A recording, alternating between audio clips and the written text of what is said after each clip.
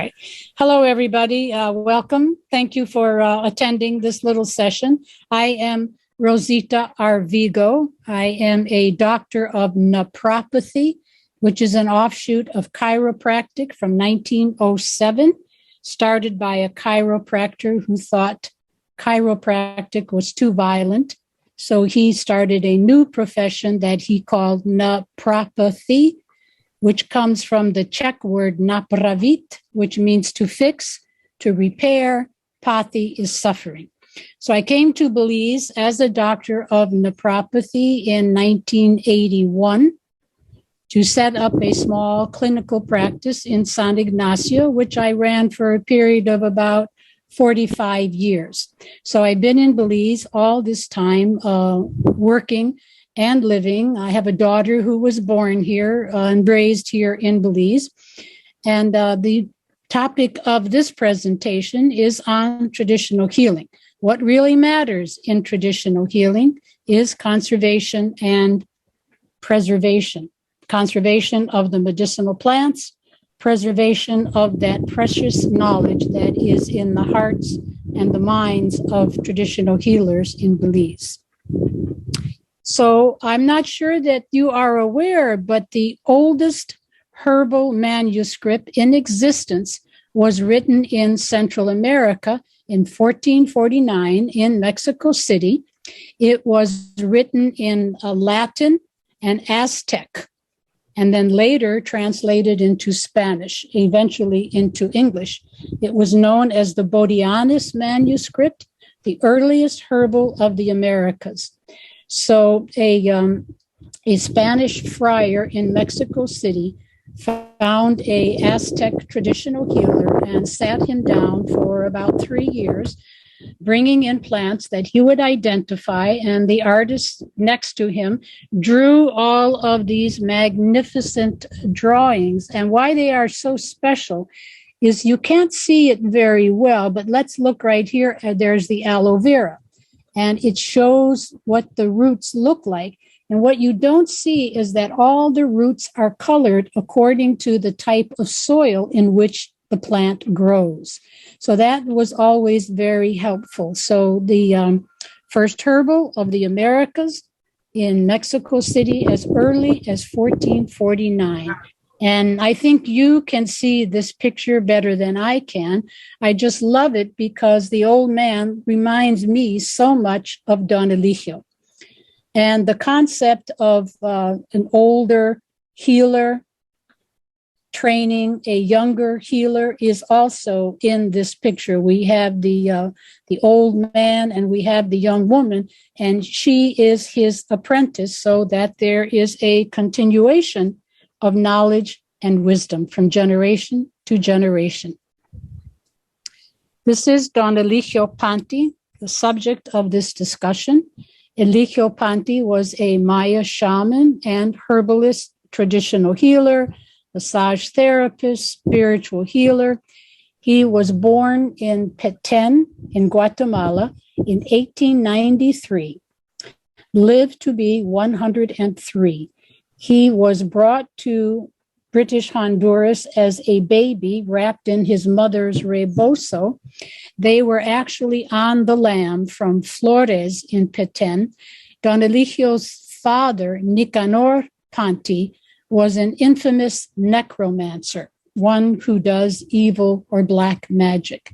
And he was actually run out of Flores by the authorities, by the police. So he had a wife and baby Eligio, who was about 14 months at the time. So they walked from Petén to old British Honduras, where she had family living in Sucuts. So Don Eligio actually grew up in Sucuts, but he and his family were originally from Guatemala. So Don Eligio was what I always like to refer to as a intuitive, unlettered genius. At the time he was growing up in Sucuts, there were no schools. So Don Eligio never went to school, never learned to read or write, yet he was an absolute verified genius. He could identify more than 2,000 plants, all in his living memory. This picture of this one here was taken of him when he was 97 years old. Don Eligio began his practice in 1930s after the chicle industry died in Belize. So he had a teacher in the chicle camps, Jeronimo Requena, and he had one season in the chicle with Jeronimo, and he came back to where he was living, now a married man with a child, in San Antonio village in Cayo district, where he had a teacher who was originally from Mexico, Don Manuel Cid. Don Manuel was his second teacher. And Don Eligio began his practice in 1930, and he practiced up until a year before his death in 1996. So he had 60 full years of collecting medicine from one mountainside outside of San Antonio. His practice was extremely busy. He maybe would see 30 clients in a day, 100 clients a week. They came for his spiritual healing, for things like susto or fright, grief or pesar. And for that, he used copal, herbal baths, and prayer. Prayer, Don Eligio said, was always the most important part of his healing traditions. Prayer to address to the Maya spirits, especially to Ixchel, the Maya goddess of medicine. Don Eligio introduced me to Ixchel, and she has become a very lovely part of my life ever since. So I began studying with Don Eligio in 1983, and I was his apprentice until 1996. And they were rich and wonderful years. I lived across the river from Cristo Rey, where I still live. So every week I had to cross the river on foot. We had no vehicle at the time. We had no dory or boat at the time. So I walked across the river or swam, and then walked up a mile to the Cristo Rey Road, and then walked in 5 miles to be with Don Eligio for 3 nights and 4 days of every week for 7. Wow. It was a full year of coming to visit him once a week before he agreed to take me on as his apprentice. Basically, he always said it would do no good to teach a gringa. And so I accepted that, and I arrived on his doorstep exactly 1 day, 1 year to the very day that I first landed on his doorstep a year earlier. And I was able to get there at dawn, and he took a long, hard look at me, and he said, "I don't have time for you today. I have to go harvest my corn." And it was rather in an irritable tone of voice. And I thought, well, this is my last day. I'm never coming back again. I certainly don't intend to be a bother to this sweet old man. So I said, "What are you doing today?" And he said, "I have to harvest my corn." And I said, "Well, Don Eligio, I lived in Mexico for 7 years before I came to Belize. I can harvest corn." So off we went and harvested his corn all morning until we're joining each other. He's coming this way down a row. I'm coming this way. And I'm tossing corn cobs in the back of that Maya basket that you tie around your head. And he looked at my pile of corn cobs and he said, "Are you married?" I said, yes, Don Eligio, I'm married and I have 3 children. And he answered, "Oh." So then we got to the top of the mountain, and his milpa was a mountain. And we sat down at about 10:30, 11 in the morning and took a break. And he said, "¿Qué es que tú quieres? What is it that you want?" And I said, "Don Eligio, I just want to learn about medicinal plants of Belize. I'm a herbalist and a doctor. I need medicinal plants in my practice." So that was the day he agreed to teach me, saying, "I will teach you if you promise to take care of my people when I'm gone." So as I hope you will agree through the end of these slides that I have done my very best to keep that promise, because Don Eligio certainly kept his promise. He taught me faithfully and patiently for the whole period of 13 years.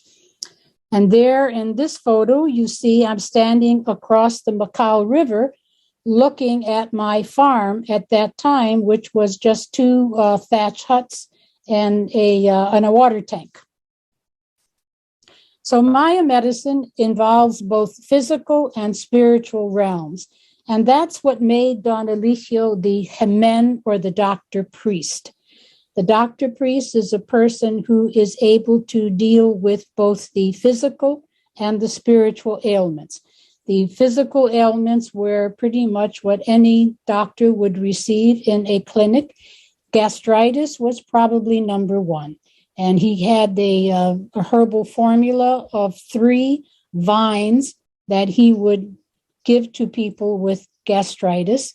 And so it was so common that we would have to collect 50 pounds, which is a 50-pound sack, like a sack of beans, every single week. And then it was gone within 7 days. Menstrual problems was very common. About half of his clients were women and half were men. Headaches, of course, was very common. For the menstrual problems, Don Eligio did his Maya abdominal massage.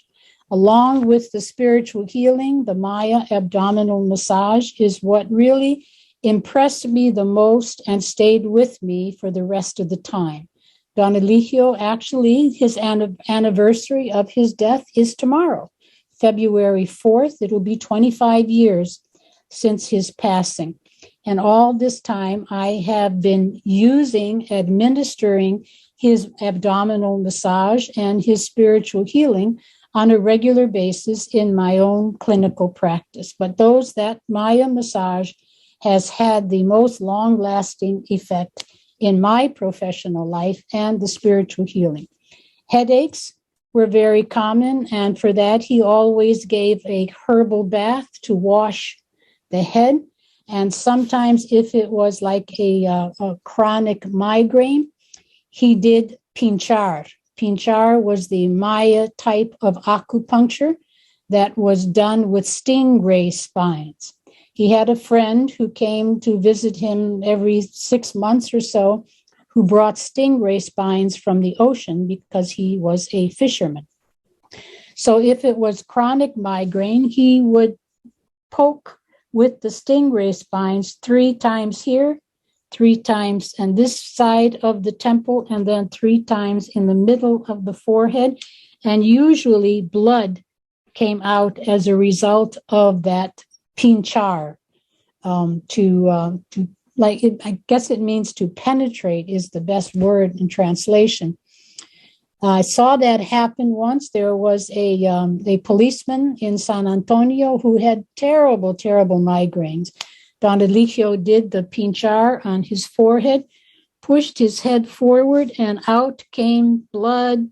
And as the blood landed on the cement floor, it congealed. Why did it congeal? Because it was such old, stagnant blood locked up in his arteries and veins up here. And it congealed, and it had a really foul odor. One more treatment, and that policeman never had another migraine again. And we followed him for about 3 years while he was stationed in San Antonio. Fertility was very important. And again, the primary treatment was that abdominal massage and perineal steams. Perineal steams to introduce herbal remedies, mostly in the form of essential oils, like with basil, marigold, some other aromatic plants that would be basil. Basil would be one. Marigold would be the most common one. And a woman sits over steam, and that works as a uterine lavage, cleanses the uterus of whatever it has been accumulating that may be responsible for her lack of fertility. Parasites, of course, were very common, and he had his own special bitters. Bitters. Don Eligio always said, bitters cure, sweet doesn't cure. Skin conditions, because we're in the tropics, was very common, and he treated that with baths over the area, as well as algo para limpiar la sangre, some sort of a blood cleanser, and that mostly would have been the billyweb bark. That was one of his very favorite alternatives that could address many different conditions, especially skin. So the billyweb bark tea purpose was to cleanse the bloodstream, and then the bath was to heal the effect of the scratching on a rash. Aches and pains were common. Back aches because of the farming community that surrounded him. So for aches and pains, he used herbal baths, the stingray spine, and also a type of cupping, very much like the Chinese do. So the spiritual ailments were some susto. Susto is fright, or you might think of as post-traumatic stress disorder. That was the most common spiritual ailment, and it was could happen to children, to babies, and it could happen to men or women. So susto would be what you are feeling after you have received sudden bad news. You heard somebody was mugged, or you were mugged, or someone very dear to you suddenly died. So all of those situations in life, which are common, create a spiritual disease known as susto. And a person feels very unbalanced. They often have very harsh nightmares, and they jump at every sound. They cry easily. Often there's a stomach disorder. Pesar is grief. So we know right now that the world is suffering in grief because of the situation where we've all been in for the last 2.5 years. So pesar comes about. Pesar in Spanish means heavy. And when you feel grief, you feel kind of heavy, like you have a load on your shoulders. And that comes about as a result of sudden death of a loved one. Maybe you lost your house in a fire, or maybe you lost your sweetheart. Those are all ways. Pesar is as a result of loss. The most common symptom of pesar is big, long sighs. While they're talking, you don't hear the sighing. If they stop talking and you start talking, you think they're bored with what you're saying because, but that's a sign of pesar because they're trying to get more oxygen into their system because the heart is suffering, the chest, all of this area is grown tight, so they're getting less breath and less oxygen. The evil eye, el mal ojo, is a concept universal all around the world. I grew up in an immigrant household of Iranians and Italians. Both of those cultures believe in the evil eye. The evil eye is a spiritual disease that you get that is very, very unbalancing for every aspect of your life. It is likely to happen when someone gazes at you with jealousy and envy. Maybe it's something as simple as winning a beauty contest. And every girl who didn't win the beauty contest gives the winner some really bad, hot eye, the evil eye, jealousy. And jealousy is a very devastating spiritual ailment. Those people suffer a great deal. One of the most common things that will happen is that person is no longer interested in their daily affairs. So life begins to slip away from them. They have terrible dark nightmares as well. They feel very put upon, and they feel constantly in a state of fear. Coraje is anger. So there's righteous anger and there is harmful anger, anger that harms the person. Righteous anger is, well, I think we should all be angry at devastation of the environment. We should all be angry at homelessness.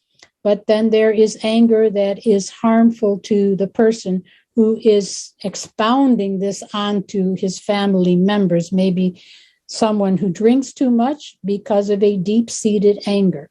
So coraje is a serious spiritual ailment. Envidia is more serious than the evil eye. This is a long-term evil eye.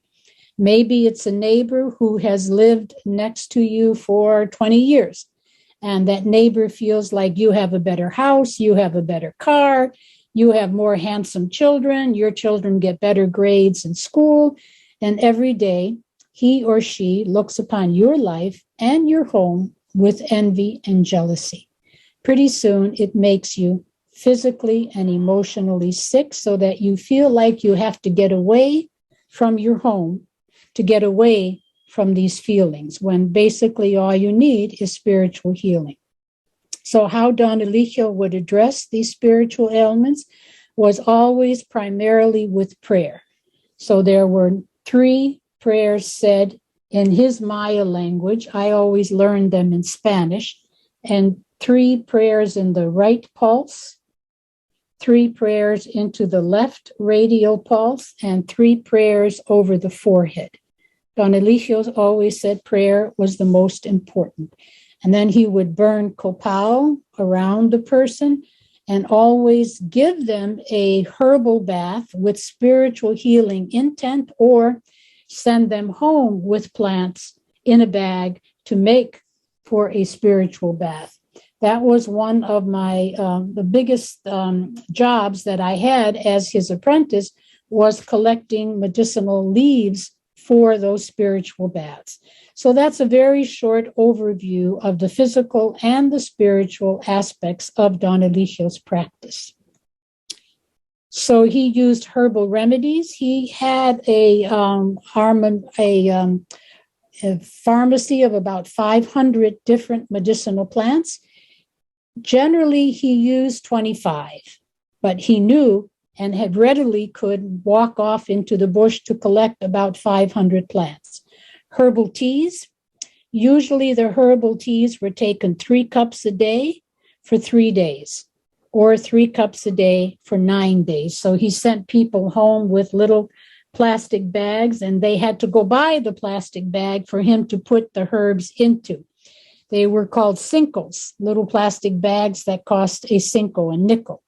So they would go to the shop next door to him, bring back their plastic bag, and he filled it with enough dry herbs to make teas for about 9 days, 3 cups a day.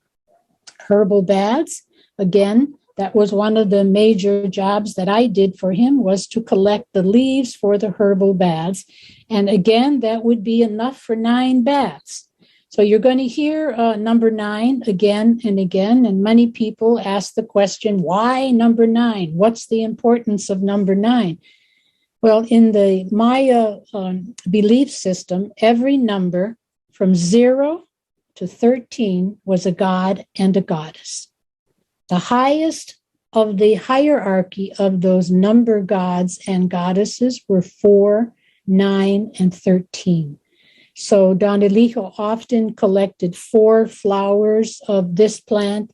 He might have 9 plants in a formula, but he would get 4 branches, 4 flowers, 4 leaves. So it always combined 4 and 9 to make 13. And he said that gave it much more spiritual power. Massage was very important in his healing practice, both for the back and for the abdomen. And with that massage, he addressed all manner of gastric problems and reproductive problems. Cupping is what he called ventosa.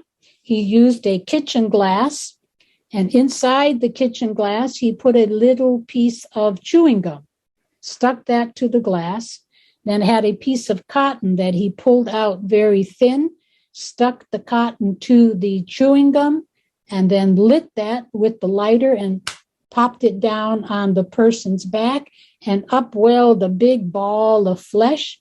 Then he would roll the glass with the flesh inside of it up and down the back. Incredibly effective for backaches. And the acupuncture we discussed was with stingray spines. I have a friend who is a Chinese acupuncturist. She came to Belize just to study Don Eligio's system of Maya acupuncture. And it turns out that Chinese acupuncture and Maya acupuncture are 80% similar. So they use the same points, the same areas of the body to affect the same results. And he always took time to chat with the person, that's la plática, to find out what's your major problem, how long you've been feeling this way. And then he would use the pulse as diagnosis. So he could say from the feeling of the pulse, the rapidity and the fatness of the pulse, how fast did it bounce, how much did it bounce, and then also how fast. And that told him if this was a spiritual or a physical disease. Then his magic instrument, the sastun, it's a small crystal ball that he could hold in his hand. And with that sastun, he was able to determine if an ailment was physical or spiritual. It was also his connection to the Maya spirits, and that's why Don Eligio was the Hemen, H''MEN, because he had the sastun or the crystal ball of the Maya.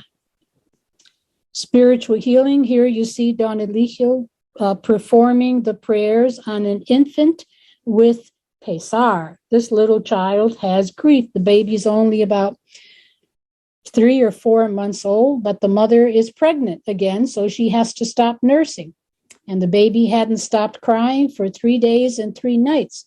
So Don Eligio felt his pulse. You can barely see his little hand there, and said that this was grief from having been taken off the breast too soon. So he said the 9 prayers, 3 in each pulse, and then 3 over the forehead, and sent the mother home with a bag of medicinal leaves to give the baby 9 herbal baths. So play it forward, keeping my promise with Don Eligio. These are some of the projects and programs that we have done. We started Ixchel Tropical Research Foundation in 1997. And since then, we have done ethnobotany in the classroom, where we had hired a young woman to learn how to teach ethnobotany in the classroom. A young lady from Santa Elena went for 5 classes at the Santa Elena Primary School, 5 classes every week in the social studies, to bring medicinal plants into the classroom that were found in backyards and along the roadside and along the streets in town, to share with the children, and also invite the children to share what they might have learned from their grandparents. We also ran the summer bush medicine camp for children ages 9 to 12 from 1996 until COVID intervened in 2019.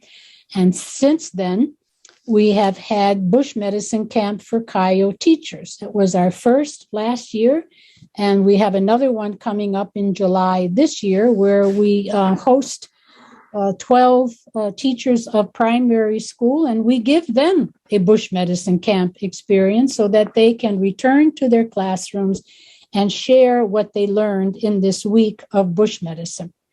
My backyard garden plants was a area-wide contest for schools in Santa Elena and San Ignacio to prepare each classroom prepared a booklet of the plants that were found in the backyard gardens of the students. And the class that prepared the best booklet won a prize. We did that for about 5 years. We had a school garden of medicinal plants in Santa Elena Primary School from 2010 to 2019. And then some cows got into the field and knocked over the fence and ran all through the garden. And it just never got back together again because of COVID. Social media content, I often post online on Facebook about medicinal plants that I learned from Don Eligio within small groups in Belize, like Belize plants and people interested in traditional healing and conservation. We have scholarships. We have 7 right now, 7 primary school scholarships, 2 in secondary and 1 in the tertiary level, who is a student nurse in Belize City. From 1998 to 2015, we held traditional healers conferences. And we invited traditional healers from all over the country in Belize to come to share their knowledge, to learn, and to share. Our motto was, if you know, come teach. If you'd like to know, come to learn. So those were funded by USAID for a period of about 10 years. And then after that, I was able to individually raise funds for those conferences. So we do presentations in schools and villages for the last 22 years. Conservation of medicinal plants, we're involved in that. I assisted the Belize College of Agriculture nursery in bringing them cuttings of plants and trees that could be put into bags in their nursery, and then they would transplant those around the Belize College of Agriculture. And I taught medicinal trees there for a period of 3 years under Mr. Hugh O'Brien.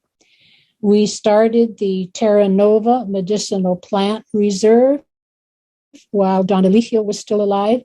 And that was a reserve strictly for medicinal plants. But the way things go in Belize, one government agreed on it, another government did not agree on it. So the land as a reserve was lost to farming and housing developments. But it was a great idea, and it was the first of its kind in the world for a medicinal plant reserve. And in Thailand, they found out about the medicinal plant reserve in Belize and started their own. I think now they're called biomedical reserves. Eastchel Tropical Research Foundation is a Belize NGO in good standing since 1987, dedicated to the conservation of medicinal plants and preservation of traditional healing through those many programs and projects. So here I am down south in Toledo, teaching a class to the local villagers in San Pedro. And this class was attended by maybe 30 or 40 individuals that you see there. The gentleman in the back wearing the blue shirt is their traditional healer of the village. And he said that his people were losing faith in him. And would I please talk up the medicinal plants and talk up and brag about Don Eligio so that the people would gain the respect that they had in the previous generation for traditional healing and medicinal plants. So Don Eligio passed away February 4th, 1996. So basically in this 24 hours, we are celebrating the 25th anniversary of his passing. The night that he passed, he came to me in a dream. We had left him in San Antonio so that he could be with his family and with the people of the village. And we went up to the Pine Ridge to stay with friends and said we would come back first thing in the morning to see if he was still alive or do what had to be done if he did not last the night. He did not last the night. And at 6:10 in the morning, I had this dream because I just glanced over at the clock and it was 6 a.m. And I thought, oh, I'll just sleep a little bit more. And in the dream, I saw Don Eligio on the floor next to the bed where I was, actually dying. He was gasping. He was old, 103 years old, dying.